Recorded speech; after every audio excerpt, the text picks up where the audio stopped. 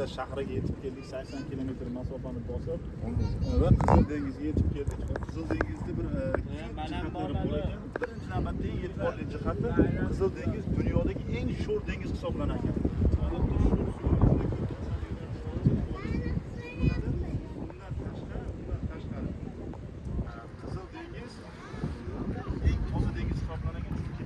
Daryo bunga qo'yilgan ekan. Odatda daryolarda har xil kim zavodlari, отходlari yoki musorlar kelib chiqishi mumkin. Bu Hind okeani havzasidagi dengiz bo'lib, Hind havzasi okeanidan suv kelib, shunchaki shu Arabiston yarimoroli bilan Afrika qirg'oqlarining o'rtasidagi bir dengizni hosil qilgan Qizil dengizi. Lekin birorta daryo qo'yilmadi. Shuning uchun shu jihatlari bilan e'tiborga molik ekan. Mana hozir kemalarga tushamiz, aylanamiz, ko'ramiz.